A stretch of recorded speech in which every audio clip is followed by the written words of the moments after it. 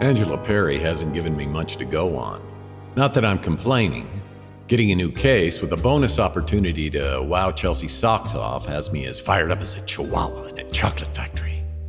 But there isn't much I can do until I find photos of the missing Morozovs. I boot up my old desktop PC and go to the Synchrona City site. I've always steered clear of social networks personally, but they can be gold mines for detective work, so I've created fake profiles on them using my alias, Buckwad. Synchrona City is the hottest new platform, or so I've heard, and Angela said the siblings were young, probably in their 20s, so it seems like the best place to look. I type in Igor Morozov. Apparently it's the Russian version of John Smith. After scrolling through a few pages of Igor Morozov's, I decide to try Irina's name instead. This turns up about 40 profiles, and only one who lives in the town where she's from. Bingo. Her profile contains a bunch of photos of an attractive young woman doing attractive young woman things. A considerably less attractive but clearly related young man who must be Igor shows up in a few of them. Next, I bring up a listing of new San Francisco hotels, then sort them by location and price. There are nearly 400 hotels in the Bay Area, but within a few minutes, I have at least a plausible idea of where the Morozovs might be staying. It's taken me all of 20 minutes. If I'm right about which hotel the Morozovs have chosen, this could end up being the zippiest case of my career. A less ethical PI might take an extra day or two to pad the tab. That's not how I do business, which is one of the reasons for the echo in my bank account. But it keeps my conscience clear. And in this case, a speedy resolution could be worth its weight in gold with Chelsea. I grab the photos off the printer and head out for the Bruin Stew. Well, that was fast. Chelsea says you two are working on a case together, just like Nick and Nora. Oh, I love those Thin Man movies. Now we just need a little terrier. Well, I can go see what Rook's up to. Very funny. He's in the can. Seems like there should be an Asta joke here somewhere, but I just can't. So, what did you find out? This is who we're looking for. You're sure this is them? Yeah, and we should get moving. Oh, this is so exciting. See ya, Louie. See you, Nora. Good luck. Where are we off to? Do you know where they are? I've got an educated guess. How about you? Where do you think we should look for them? Well, they're probably staying in a hotel, right? But I wouldn't know where to start. Well, give it a try. Put yourself in their shoes. Coming here for the first time, probably excited to see all the sights, but maybe also a little intimidated and looking for something familiar. Something familiar. What would be familiar? Unless... Oh, Russian Hill? I think that's a good guess.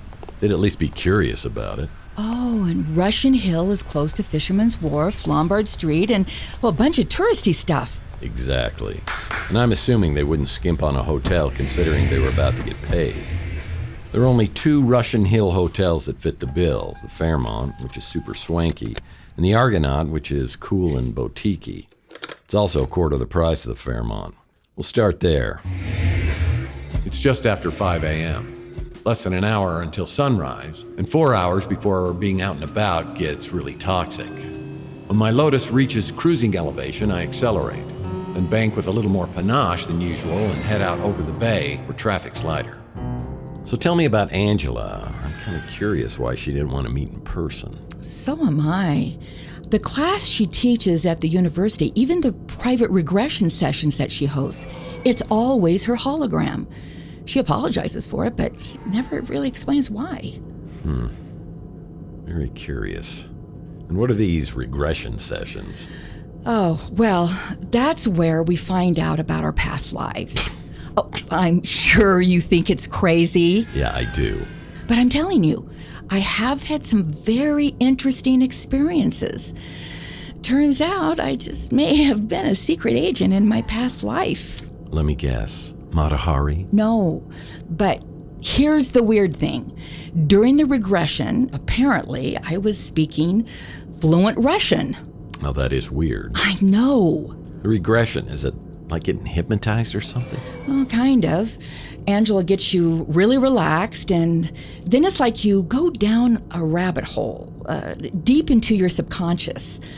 I don't really remember much after. So Angela says you were a Russian secret agent. Yes. Oh, but no. Actually, we think I worked for the OSS. I'm sure you know what that is, the U.S. Intelligence Service during World War II. They trained operatives all over the world. I guess I must have worked with Russians. And the crazy thing is, I've always wanted to go to Russia, more than anywhere else.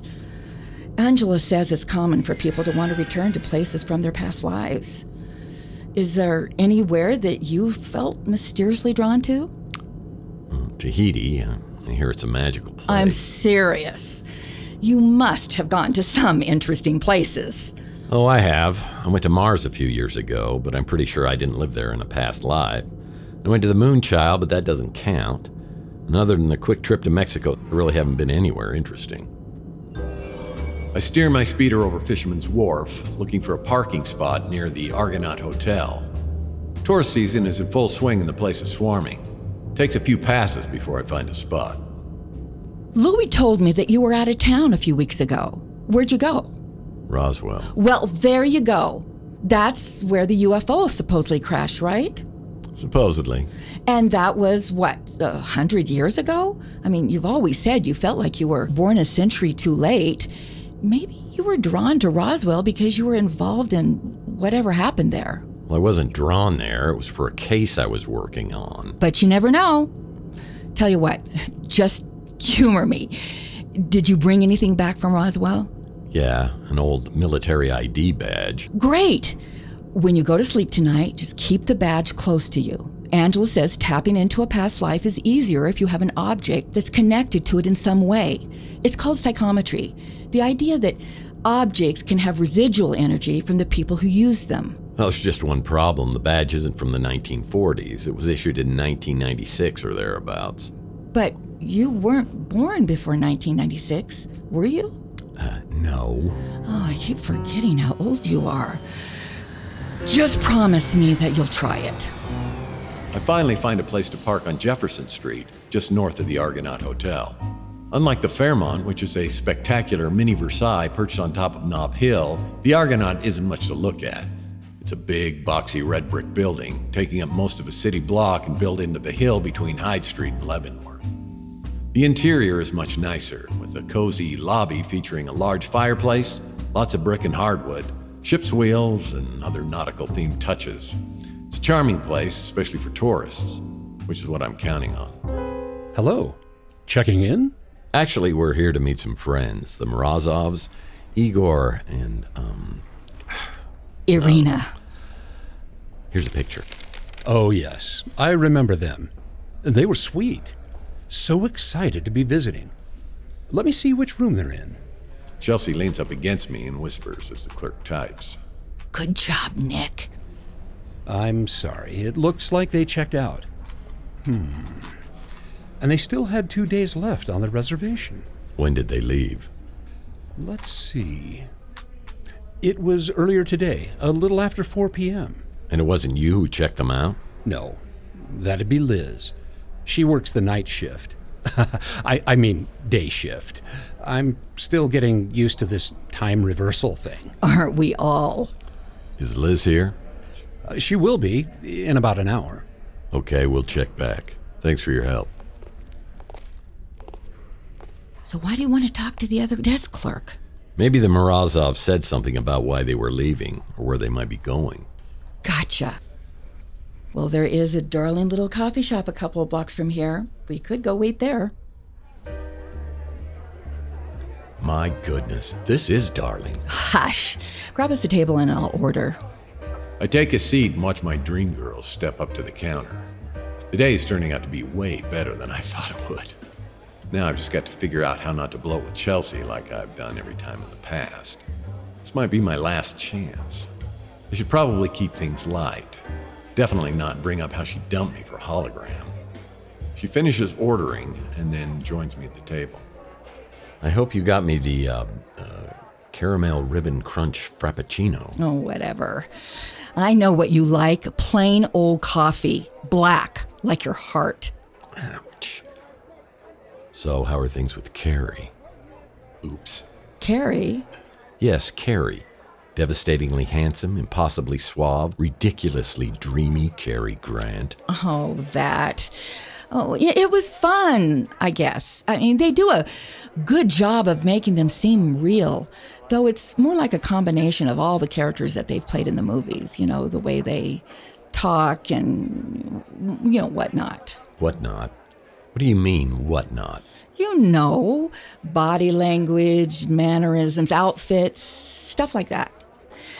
And you know how much I love Cary Grant.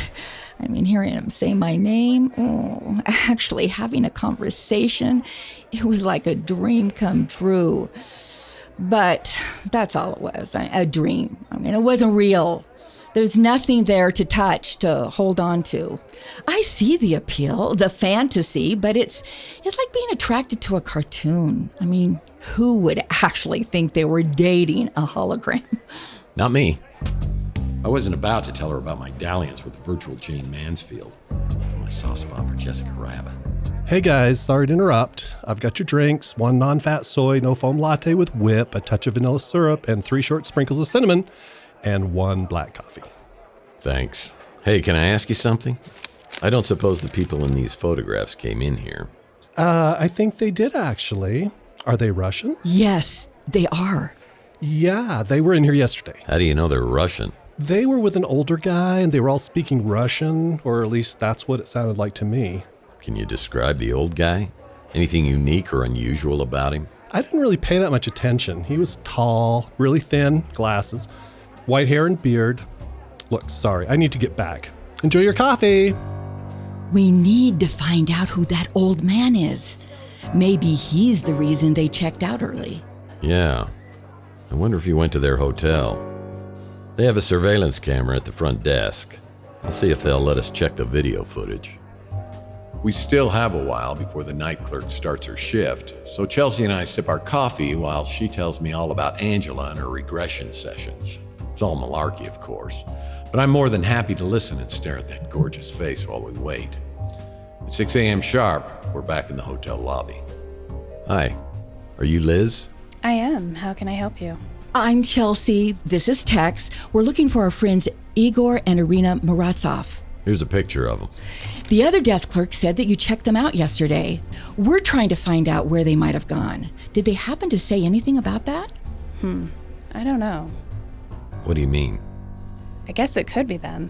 A lot of guests come through here, but I don't remember them saying much of anything. There may have been someone with them when they checked out. I see you have a security camera. Is there any way we could take a look at the footage of them checking out? I don't know. We think they may be in some trouble and need to find out as soon as possible. I have some connections at NSFPD. I could have them come by if that makes a difference. No, we'd rather not have cops in here. I'll see what I can do. A few minutes later, Liz has the surveillance video running on her computer. She rewinds to 4 p.m. yesterday when the Morozovs came to the front desk. It's just the two of them, no old Russian guy in sight. But as I watch the video, something seems odd. Irina is at the desk while Igor hangs back. They both seem to be aware of the security camera. Igor has his back to it. Irina is turned so it doesn't get a clear view of her face. Makes me curious. Can you find out when they checked in? Sure. 3:35 a.m., day before yesterday. Let's see the video of that. Liz rewinds the video to just before 3:35 a.m., then hits play. We watch as a man and woman step up to the front desk, completely oblivious to the security camera. As soon as they appear, Chelsea grabs my arm.